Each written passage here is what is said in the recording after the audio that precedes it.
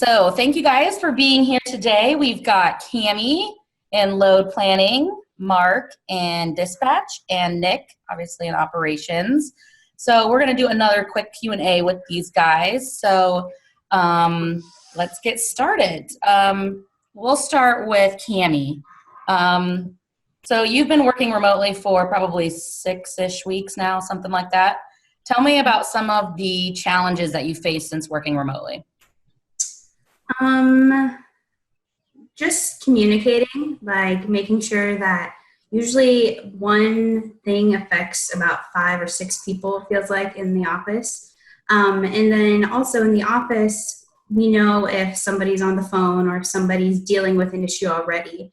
So now working remotely, somebody might be dealing with an issue and we need to talk to them or we need to communicate something to them, but they might already have other issues going on. So I mean, just communicating and knowing, who needs to have what info.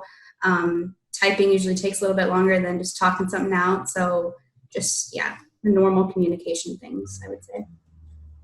Gotcha. Nick, what about you? Yeah, I would say a lot of the same. You find out that, like, when you want something, you want it. And you're like, well, I sent you a message. Why didn't you get it? But you got to kind of remind yourself that, like, they might be dealing with 5 things at one time, and I'm sure that goes both ways. But yeah, probably just you don't realize till you're doing this that, it's really easy to be able to stand in the middle of the office and say, hey, let's us 5 get together real quick and have a 20-second convo about something. And now that same deal, you can either do it like Zoom or a conference call or whatever like that can take, 5 minutes just to get everybody together on one, and then you have the meeting, or you're back and forth having multiple phone calls, and you're just hoping that, you convey all the information correctly. So I would say, like what Kammi said, a lot of the same.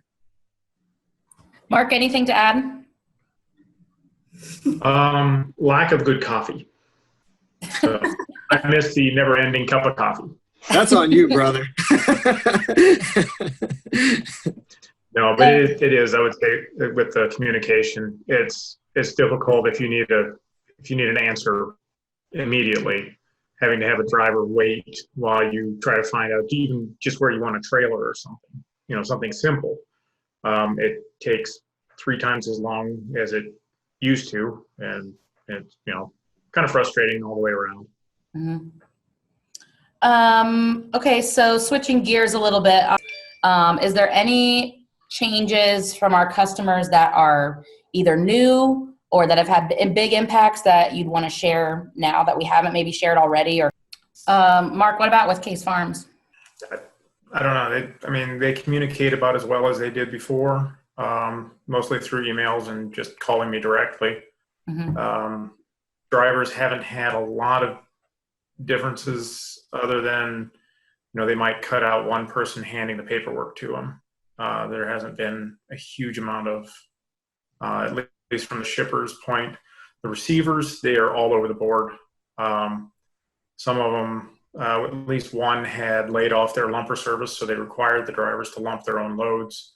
They'll come out, get their paperwork, have them back into a door, and that's the last they see them until they get their paperwork back. Not a lot on, in the buildings or anything. So it really varies with the receivers. Mm-hmm. For sure. Kammi, what about you? I feel like they covered stuff on like policies. I would say we've noticed a change too in like orders a little bit. I think Kevin touched on this when you had a Q&A with him a little bit, but like the food, like restaurants have been closed. So that affects some orders. And then a lot of the orders we've noticed too are like last minute from like our customers. So sometimes that results in like just the orders getting to us a little bit more like last minute. We obviously had like some meat shippers in the Midwest shut down. So then, some of our customers had to shift then where like that freight was coming from. So some of our customers are busier, and then some of them obviously had those changes that resulted in like some of their plants shutting down and that type of thing. So. Okay. Next question. I guess in society and out in the news and on social media, we see a lot of people respecting the trucking industry more and seeing some positive changes in the narrative that goes around the trucking industry. Has that kind of trickled through to the drivers that you guys are talking to on a day-to-day basis? Yeah, I think, it's definitely been tougher for the drivers because Mark and Kammi said, restrooms have been not as accessible. It's not like drivers always had the best, opportunity to be able to have nice restrooms anywhere they went. However, with that being said, I have had a couple of drivers that say that when they do go into a restroom, they seem to be much more cleaner, which is a good thing. So I've heard that quite a bit. But just everywhere you go right now is just you just don't have the same freedom as you had before. It's no different than us.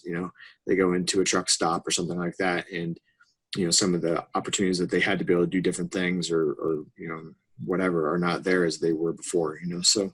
But honestly, I'm really proud of the drivers and how well they've adapted. Our drivers are staying safe. They keep pedaling, keep getting things done, and really, I think they've kind of adapted and rolled with it really amazingly. So it's pretty cool. We've made a lot of changes internally and around mass trucking, and there's been some good that's come out of it. So like Jenna was saying the other day that because of the situation that we're having, she was forced to do some online training, and that's actually a change that she wants to start implementing from here on out, and it was a good thing that came out of it. Is there anything that you can think back on some of the changes that we've made that have had a positive impact? Kammi, I'll ask you first.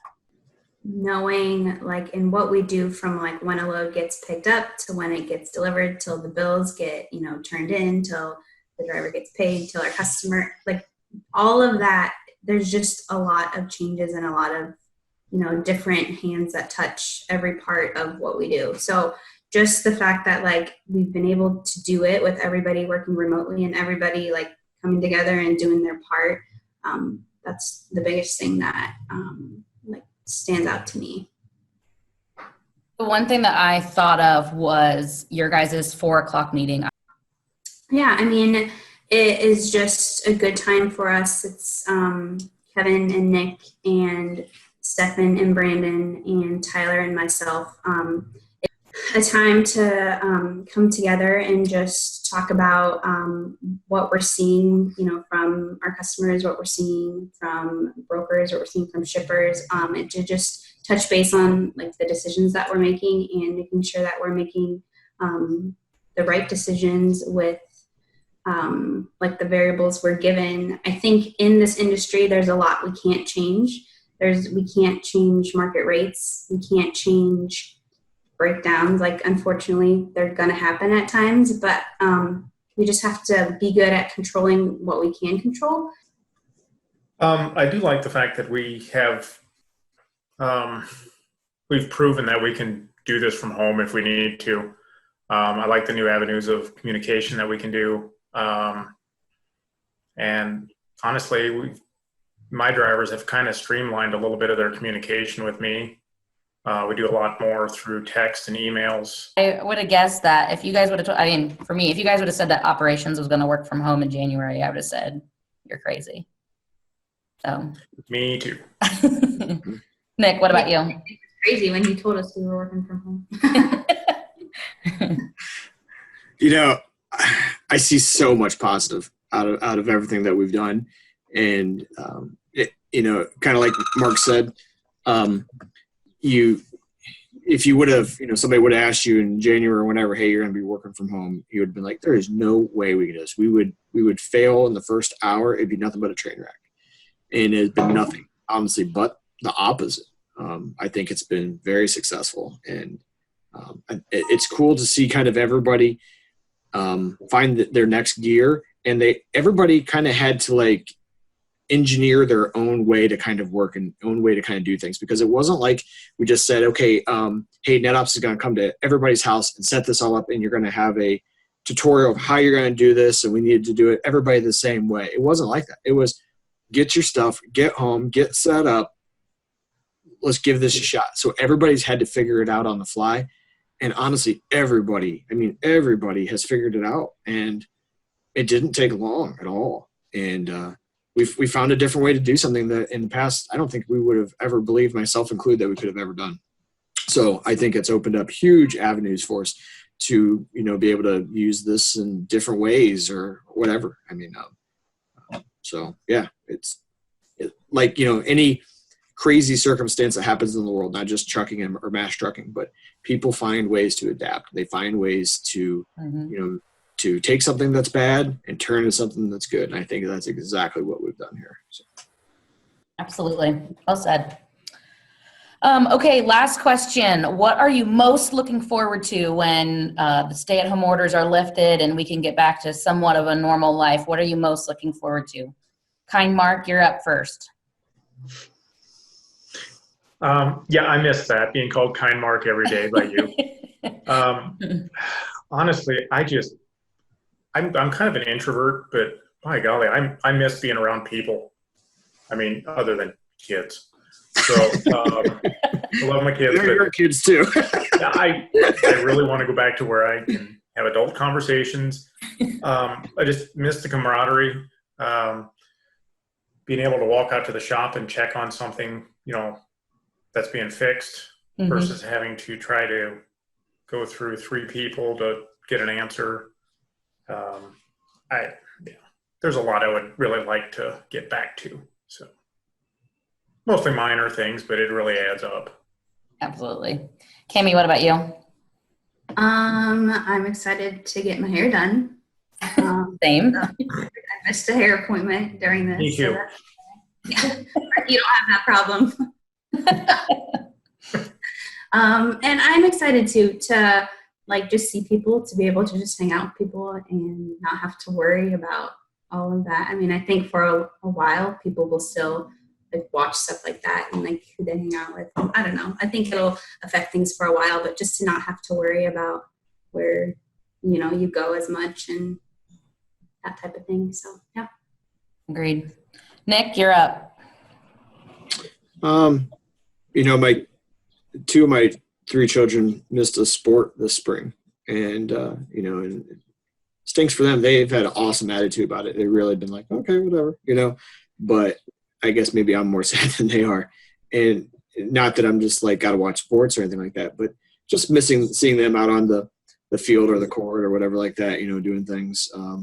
Miss hanging out with, my friends, my wife and myself, going out to dinner or walking on the mall or, or like that. Just having the luxury of freedom to kind of had everything that we had before that we took for granted. So you don't realize it till it's gone, kind of thing. All righty. Well, thank you guys much. I appreciate it. Yeah. Thank you.